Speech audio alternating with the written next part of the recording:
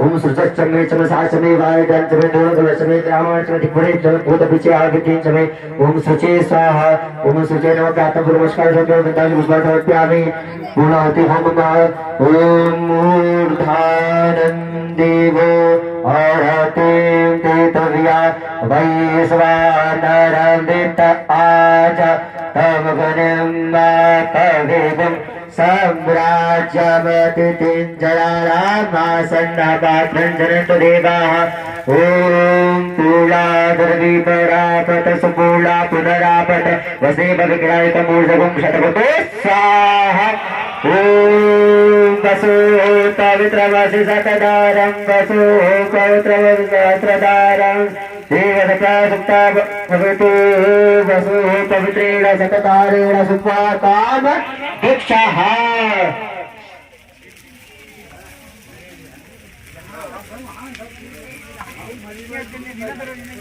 ओम कनपाग्नि मंत्रस्य अग्निमार्जने विनियोगः। भी आप अपने जीवन में उतारेंगे। मैं आप सभी से ये उम्मीद करता हूँ कि कुछ ना कुछ आप अपने जीवन में उतारेंगे और इसे आगे आने वाली पीढ़ी को भी आप बताएंगे। ये मैं उम्मीद करता हूँ आप सभी से, क्योंकि आपने 7 दिवस कथा श्रवण की है। 7 दिवस में कथा राजा परीक्षित श्रवण की थी और 7 दिवस में ही राजा परीक्षित का तरोतारण हो गया। देखो ये भागवत कथा, देखो सत्संग तो बड़ा दुर्लभ है इस समय में। सत्संग अभी तो तब भी मिल जा रहा है, लेकिन आगे के समय में तो और धीरे धीरे करके सत्संग मिलना बड़ा दुर्लभ हो जाएगा। इसलिए सत्संग जो है वो बड़ा दुर्लभ है। इसलिए शास्त्रों में स्पष्ट लिखते हैं कि भाग्योदयेन बहुजन्म समर्जितेन सत्संग मंचलवते पुरुषो यदावे। ये शास्त्रों में स्पष्ट कहा है कि भाग्योदयेन बहुजन्म, ताकि जब वो पिछले जन्मों के जब भाग्यों के उदय हो जाते हैं ना, तब जाके हमें सत्संग की प्राप्ति होती है। आपने तो 7 दिवस तक ये पावन सत्संग की आपको प्राप्ति हुई है। आपने अपने मन से, अपनी वाणी से भगवान का चिंतन किया है, मनन किया है, गान किया है। और मैं उम्मीद करता हूं कि आप प्रतिदिन इसी प्रकार कम से कम आधा घंटा भगवान के लिए देंगे और प्रतिदिन भगवान का ऐसे ही कीर्तन करेंगे, आधा घंटा अपने परिवार के साथ मिलकर मिलजुल कर। और मैं उम्मीद करता हूं कि आप प्रतिदिन भगवान का पूजन करेंगे, प्रतिदिन चिंतन करेंगे। और देखो मैं आपसे एक चीज बताऊंगा आपको। देखो जीवन में कभी भी आपको मानसिक तनाव उत्पन्न होना, तो आपको एक काम करना है। किसी को भी जीवन में यदि मानसिक तनाव उत्पन्न होता तो आपको एक काम करना है। क्या करेंगे आप? जब भी आपको मानसिक तनाव हो तो एकांत में बैठ जाए पहले तो, और एकांत में बैठकर अपनी आंखों को बंद कर ले और भूल जाए सब कुछ क्या है चल रहा है आसपास। और ये केवल अपनी सांसों को, सांसों पे केंद्रित करें। अपनी जो आपकी सांसें चल रही है, केवल इस सांसों को सुनते हुए ओंकार का आप सभी उच्चारण करें। ये ध्यान की मुद्रा है। और कभी भी मानसिक तनाव आपके जीवन में आता है तो इस ध्यान को आप करेंगे। और आज सभी हम थोड़ी देर, कम से कम 5 मिनट सभी लोग मिलकर ध्यान करेंगे ओंकार का उच्चारण के साथ। सभी लोग अपनी आंख बंद करके अपने सांसों में सभी लोग केंद्रित करके थोड़ी देर ध्यान मुद्रा में बैठ जाएंगे। ठीक है सभी लोग?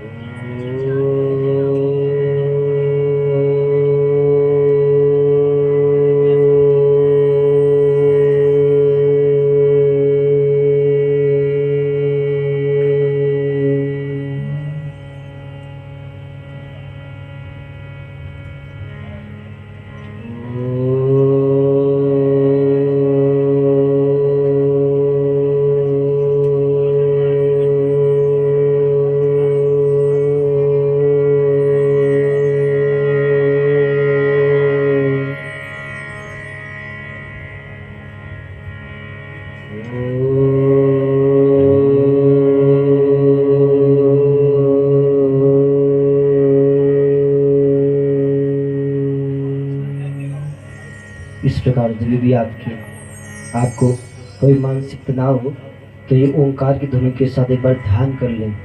देखो कुछ मिला, राहत मिली, कुछ अलग लग रहा है, कुछ बदलाव लग रहा है, कुछ लगा बदलाव, लगा नहीं लगा, है ना, लगा ना। तो यही ध्यान मुद्रा है, केवल अपने सांसों पर केंद्रित करना है। कभी भी मानसिक तनाव हो, ये मानसिक तनाव का सबसे प्रभावशाली फॉर्मूला है मानसिक तनाव दूर करने। कभी भी मानसिक तनाव हो तो सबसे अच्छी बीमारी है। दवाई खाने से कुछ नहीं होता, मानसिक तनाव की तरह भी डिप्रेशन की दवाई खाओगे तो कोई प्रभाव नहीं पड़ेगा। मानसिक तनाव दूर करना है तो यही ध्यान मानसिक तनाव को दूर करता है, मन शांत कर देता है पूरा चित्त को। जब आप जागते हैं ना ध्यान से तो ऐसा लगता है कि कुछ अलग दिखता है पूरा सब कुछ। तो इसी प्रकार कभी मानसिक तनाव, तो मानसिक तनाव के लिए आप इसी प्रकार ध्यान किया करें, ठीक है। और कुछ मैं आपको उपाय बता देता हूँ, जैसे आजकल लोग सबसे ज्यादा परेशान हैं कि कभी किसी के विवाह नहीं हो पाता है, तो उसके लिए विवाह के लिए वो ऐसा करें कि एक बार कभी किसी का विवाह नहीं हो पाता है तो सबसे अच्छा मैं आपको उपाय बताऊंगा। ये मैं थोड़ा बहुत उपाय भी आपको बता देता हूँ क्योंकि ये काम आने वाले जीवन में रहेंगे। आजकल समस्या जीवन में सभी को है तो थोड़े बहुत उपाय आपको बता देता हूँ। जैसे कभी विवाह ना हो किसी का तो वो दुर्गा सप्तशती का पाठ करवाएं, संपुट पाठ, ठीक है। और किसी की संतान प्राप्ति में यदि बाधा आए तो आंख पुष्प होता है, एक आंख का पुष्प, आंख के पुष्प की जड़ को जो स्त्री है जिसका संतान नहीं हो रही, अगर वो अपने कमर में बांधती है तो इससे संतान प्राप्ति शीघ्र होती है। ये संतान प्राप्ति का फॉर्मूला है, ठीक है। और दूसरा ऐसा है कि यदि नेत्र रोग हो, आंखों की रोग हो, तो ऐसा करें कि सूर्य भगवान को जब भी आप जल चढ़ाते हो तो वो जल का पानी है ना, उसको अपनी आंखों में लगाना, ठीक है।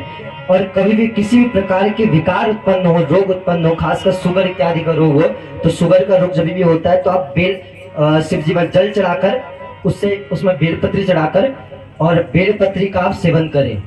ये आपके शुगर रोग, ब्लड प्रेशर आदि बीमारी से आपको छुटकारा दिलाता है। ब्लड प्रेशर की बीमारी सबसे ज्यादा आजकल है, शुगर, ब्लड प्रेशर। तो इसके निवारण के लिए मैंने आपको बता दिया कि आप बेलपत्री का सेवन करें शिव जी को अर्पण करके, ठीक है। क्या करेंगे? शिव जी को अर्पण करके बेलपत्री का सेवन। तो ये कुछ रोगों के उपाय हैं। और मान लो कोई ऐसा रोग लग गया है जो छूट नहीं रहा है, तो ऐसा करें कि एक बार वो देख ले कि किस बार को ज्यादा प्रभावी वो रोग होता है आपके ऊपर, तो उसी बार को आप गौमूत्र का सेवन करें। कितना? केवल आधा गिलास। कितना करना है? आधा गिलास सेवन करना है गौमूत्र का। कोई सा भी रोग हो आपके जीवन में वो रोगों को दूर करता है, ठीक है। आधा गिलास गौमूत्र का सेवन करना है। और हो सके तो अगर कभी आंखों में जलन होती हो, पीड़ा होती हो, तो गौमूत्र आंखों में भी छिड़क सकते हैं आप। इससे नेत्र ज्योति जो होती है वो तीव्र होती है, ठीक है। ये शास्त्रगत उपाय हैं। तो कुछ उपाय मैंने आपको बता दिए हैं, क्योंकि जो विशेष जो उपाय हैं वो इस व्यासपीठ से मैं आपको बता देता हूँ। और दूसरी बात है देखो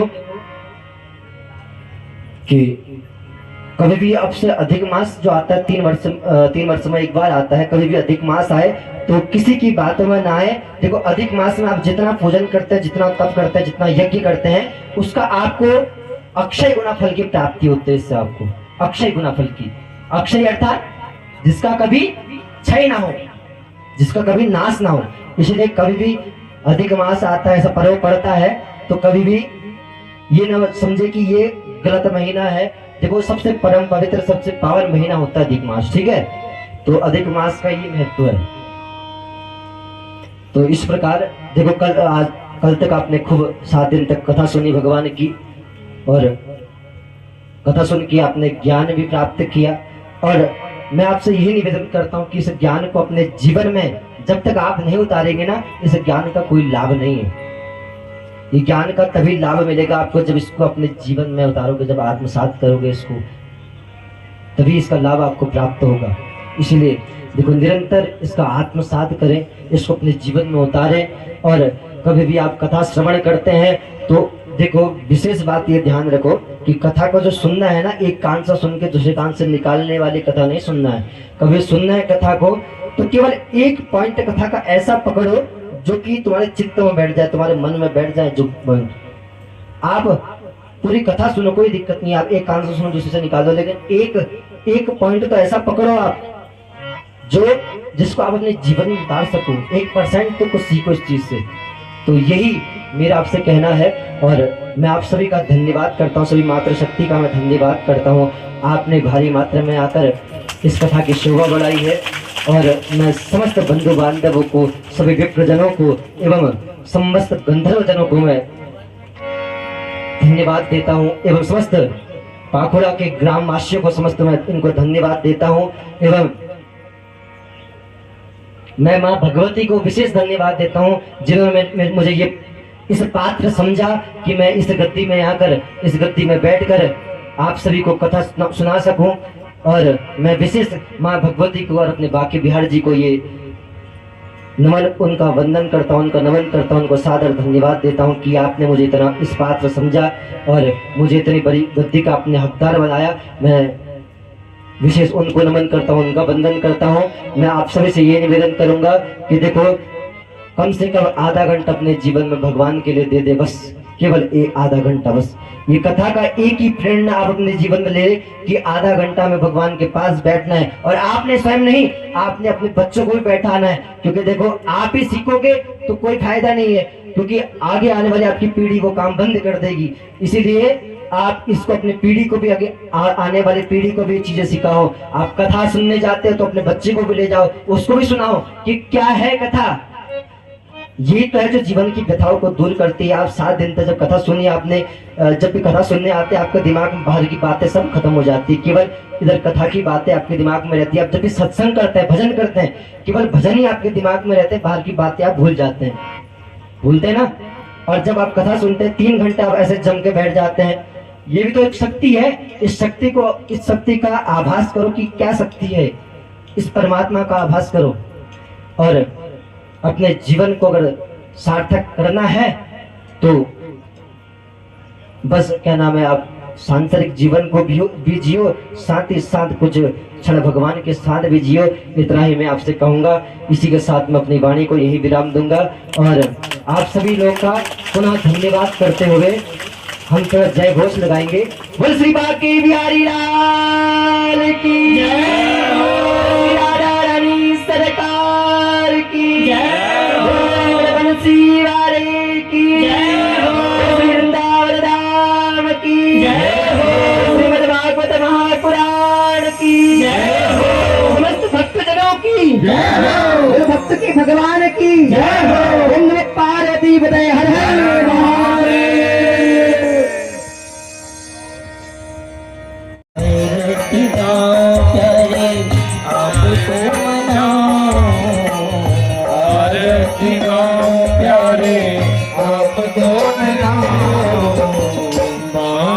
बिहारी तेरी आरती गाओ, बांके बिहारी तेरी आरती गाओ।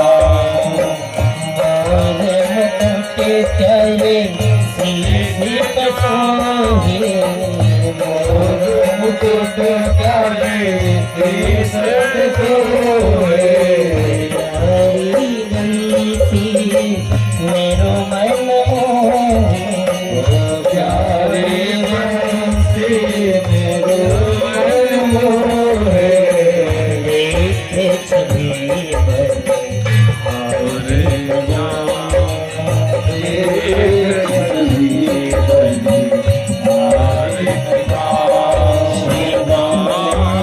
बिहारी तेरी आरती के बिहारी तेरी आरती चरणों से निकली गंगा प्यारी चरणों से निकली गंगा प्यारी जिसने सारी दुनिया तारी जिसने सारी दुनिया तारी चरणों के बलवा